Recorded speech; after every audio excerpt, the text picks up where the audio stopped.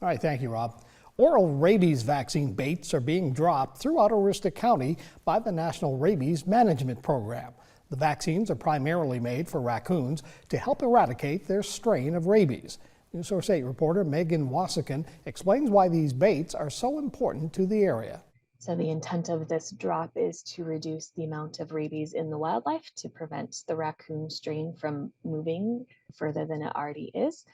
So the whole point is to try and reduce the risk for both animals to come into contact with rabies and for humans to come into contact with rabid animals. In the eastern United States, including Maine, raccoons are one of the primary sources of rabies transmission, according to the rabies field coordinator for the National Rabies Management Program, Jordana Kirby. Because raccoons are a really charismatic species, people tend to not only tolerate them, but very widely accept them. Feeding raccoons or other wildlife outside, or letting your pets share the food bowl or anything like that, I think probably most people don't realize that there are, a series of risks associated with that. The vaccine baits will help to stop the transmission of rabies from wildlife to pets, then from pets to humans. Kirby says while the vaccines are safe, people should stop their pets from eating them, as the goal is to get them inside as much wildlife as possible. Once an animal bites into that liquid vaccine packet, the vaccine will coat the back of their throat, and then it will initiate an immune response. So they'll develop antibodies to protect them against rabies.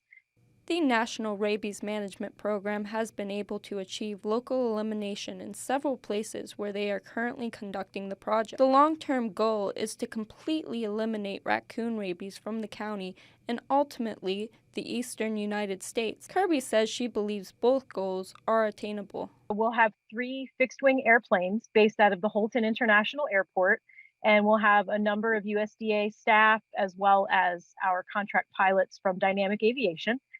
And then we also have ground crews who will be distributing a small number of baits in the town of Holt. Both Kirby and Robinson suggest that people take precautions to avoid putting themselves at risk even after the vaccine drop is initiated. Keep your pets vaccinated. If you can exclude your house from bats to make sure they can't get in your house, that's always a good tactic to take.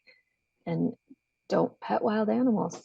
If you do have an exposure to a wild animal, if a wild animal bites you or scratches you, call your healthcare provider because there is treatment. All of the baits will be dropped by Thursday of this week.